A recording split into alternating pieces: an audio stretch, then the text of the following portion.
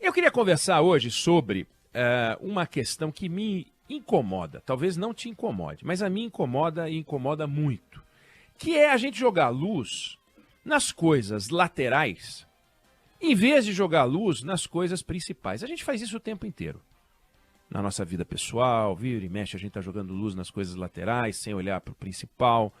Mas quando a gente vê o debate nacional perdendo tempo com questões laterais, e as questões centrais não são discutidas, ou não com a mesma intensidade, a gente tem que parar e pensar e falar, bom, o que a gente pode fazer para não repetir isso agora em 2023, né? Como é que a gente faz para concentrar o foco da nossa atenção, o centro da nossa atenção, a nossa energia naquilo que realmente interessa? Isso vale para a nossa vida, já falei.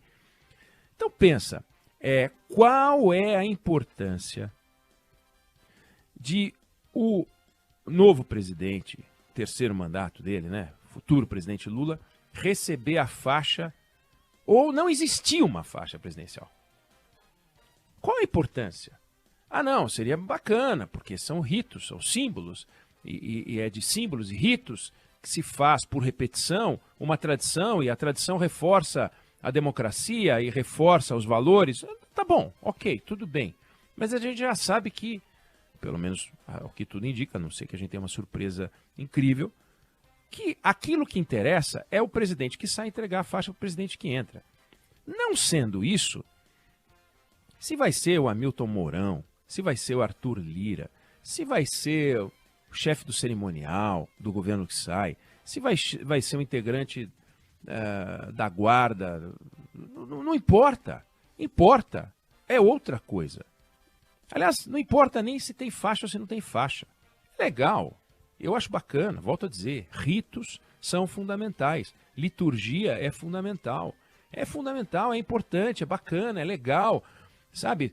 Toda vez que um presidente americano toma posse, acontece a mesma coisa. Toda vez que um presidente brasileiro toma posse, acontece a mesma coisa. É legal. Aqui a gente tem muito mais surpresa do que lá.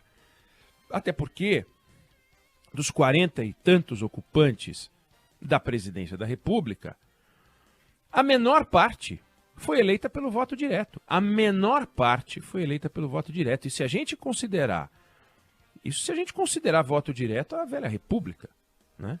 Mas se a gente considerar todo mundo, toda pessoa um voto, nada. Tivemos pouquíssimas eleições com eleição direta mesmo. Então isso é o mais importante do que a faixa, não ter faixa, tem a faixa, o Bolsonaro vai entregar a faixa, não vai entregar a faixa, o Hamilton Mourão vai entregar a faixa, não vai entregar a faixa. O que interessa não é quem vai entregar a faixa para o Lula. O que interessa é o que o presidente eleito vai fazer depois que colocar a faixa no peito. É o que interessa para nós. A partir de 2023, dia 1, a gente tem um novo governo. Sai o governo Bolsonaro, entra o governo Lula. A gente sabe o que foi o governo Bolsonaro. A gente sabe o que foi o governo Lula 1, Lula 2. A gente sabe também, lamentavelmente, o que foi o governo Dilma. E, felizmente, o que foi o governo Temer. A gente quer poder dizer que este governo que entra vai ser um governo bem-sucedido, com faixa, sem faixa, com tênis, com sapato, com fraque, meio fraque, cartola. Não interessa. Interessa o que ele vai fazer depois de colocar a faixa no peito, né? Perceba, quando a gente pega um governo é montado com ministérios. Do ponto de vista administrativo, a gente já conversou sobre isso aqui, um número menor de ministros pode facilitar a vida do presidente. Do ponto de vista político, no entanto, que é na relação, o jogo de poder com o Congresso Nacional, talvez um número menor de ministros não seja suficiente para formar maioria. E aí não tem o que fazer. Aí você tem que pegar aquele bolo e fatiar em um monte de fatias, porque você precisa agradar o PSD, o MDB, seja lá quem mais, o PT, que abocanhou um monte de ministério, que já quer pegar tudo para ele. O PT, isso é meu, isso aqui é meu. Mas peraí, isso aí não é ministério, então devolve. E esse aqui é ministério. Mas até o da pesca, PT, não, então devolve. PT quis pegar tudo. Mas tem que agradar outros partidos. Agradar porque precisa do voto, não é agradar porque quer deixar o Renan Calheiros feliz, o Helder Barbalho, o Jader Barbalho feliz, a Simone Tebet feliz. A Simone Tebet feliz ou infeliz é irrelevante. É absolutamente irrelevante.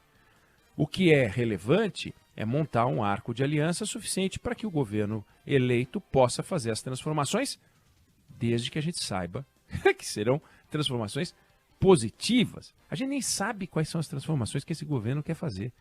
Então, um Lula sem projeto, com faixa, eu prefiro um Lula com projeto sem faixa. Esquece a faixa, bota o projeto, o que vai fazer? Qual é o seu programa de governo? O que vai acontecer com a saúde no Brasil? O que vai acontecer com a educação no Brasil? Quais serão as reformas que serão tocadas? Não adianta falar, farei a reforma tributária, tá? Mas qual? Qual? 100% de imposto de herança para todo mundo? 100% de imposto de renda nos salários acima de 5 mil? Não, e vamos rever a reforma trabalhista. Vamos botar todos os sindicatos de volta. Pô, aí não, né? Aí não. Aí é melhor não aprovar. É melhor deixar como está. Então, é importante que a gente discuta o que vai fazer depois de colocar a faixa. Porque a faixa, vai lá, põe a faixa, tira a faixa, guarda a faixa, ela vai para um cofre e lá ela fica. E aí ele vai para o palácio, aí ele vai para a sala dele, o gabinete presidencial, no Palácio do Planalto. E aí? Aí começa a governar com esses 37 ministros. Ele não conseguiu nomear todos ainda, mas começa a governar. Então, ele botou a Simone Tebet no Ministério do Planejamento para agradar a Simone Tebet, porque ela estava incomodada, afinal ela não ia fazer parte do governo, o futuro dela ia ser incerto, como é que faz, como é que não faz. Então, agradar a Simone, ela dá o Ministério do Planejamento, mas não dá nada para ela. Não dá, ela não cuida de nada, nada. Ela cuida do IBGE e do IPEA. Acabou, é isso que ela faz, Ministério do Planejamento. O resto, ela integra comitês comandados por outros ministérios. Não comanda mais nada. Mas tá bom para ela. Um gabinete a mais lá, ministra Simone, agora com a palavra ministra Simone Tebet, ok, bacana. Vamos ver quanto tempo dura isso e qual é a função.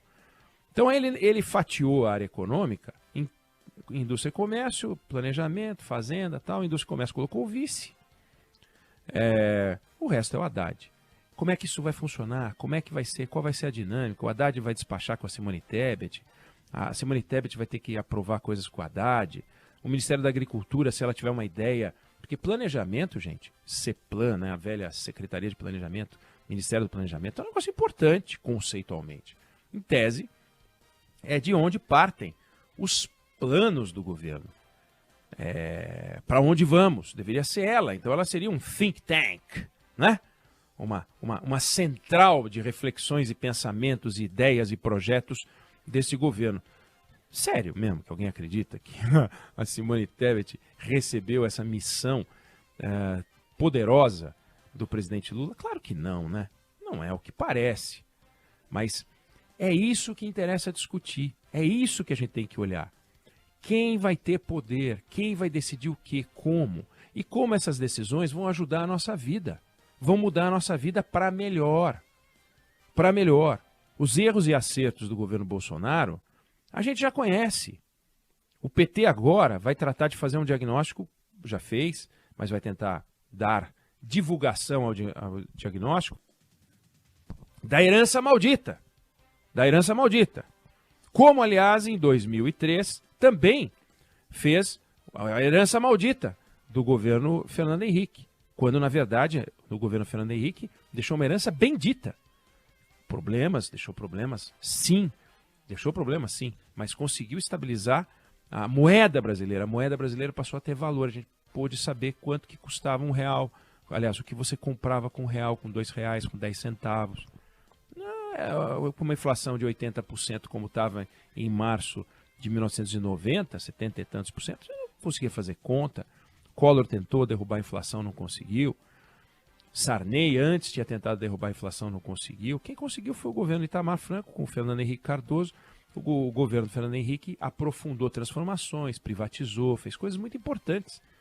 Deixou muita coisa para fazer, mas não é uma herança maldita. É pegar dali o bastão e seguir em frente. E agora? Não tem nenhuma conquista? Não é uma conquista ter feito o que fizeram com a Eletrobras? É uma conquista, sim. É uma conquista, sim. Não faz o menor sentido agora o governo Lula tentar dar um bote e tentar retomar o poder estatal sobre uma empresa que foi privatizada. Isso é um crime. É um crime contra os investidores, contra a sociedade brasileira, que aprovou esse modelo no governo que estava incumbido de fazer isso. É para sair daqui para frente. Não pode ficar voltando para trás para refazer tudo que foi feito. Senão nada anda nunca. É uma loucura. Então, isso é muito mais importante, essa discussão é muito mais importante do que quem vai entregar a faixa. Se o Lula vai de carro blindado ou se o Lula vai de carro aberto. O importante é, o Lula vai tomar posse. Ele vai entrar no Congresso Nacional, vai assinar o livro, que é um livro que desde Deodoro existe. Ele vai inaugurar o tomo 3, o terceiro volume do livro. Tem 2 volumes, eles ficam guardados. E ele vai assinar o termo de posse. Pá! A partir daquele momento, ele é presidente. Ele e o Geraldo Alckmin, vice-presidente. Então vão para o Palácio do Planalto, onde, em tese, a partir daí nada mais é tudo cena, porque eles, assinando o termo de posse, são presidente e vice-presidente da República. E daí a liturgia eles recebem o cargo. Recebem, que já receberam. Então nem precisaria fazer isso. E em si depois tem uma cerimônia para os chefes de Estado e representantes diplomáticos que vão prestigiar essa posse. E aí começa o jogo. Então eu estou muito mais preocupado em olhar para o jogo que começa daqui 3 dias, gente. Daqui 3 dias. Daqui a pouco, a Débora já falou isso algumas vezes, o Fábio também, eu também. Puxa vida, já se passaram 30 dias. Olha, nós já estamos em fevereiro. Puxa vida, já estamos em março. Olha só, o primeiro trimestre já foi. E o governo, embora dure 4 anos, ele tem que dizer que veio na largada. Esse governo, diferente de outros governos, por essa complexidade ministerial, a gente só vai entender o poder de cada ministro depois que o jogo começar. Depois que o jogo começar. Porque é um fatiamento tão grande, quase recorde. O recorde é Dilma com 39, mas é quase recorde, porque são 37, ele mesmo, Lula, teve 37, que a gente precisa entender quem manda no quê, como é que funciona, real, né, o que é o poder de A ou de B, as trombadas que nós vamos ver. O Aloysio Mercadante vai ser apenas, não que seja pouco, presidente do BNDES, ou de lá, da presidência do BNDES, ele vai dar pitacos na economia, coisa que nunca fez. Aliás, pitacos ele deu, nunca foi ouvido. Vai ser ouvido? Como é que vai funcionar isso? O Haddad vai ser um super-ministro? O Haddad vai ser o posto Ipiranga?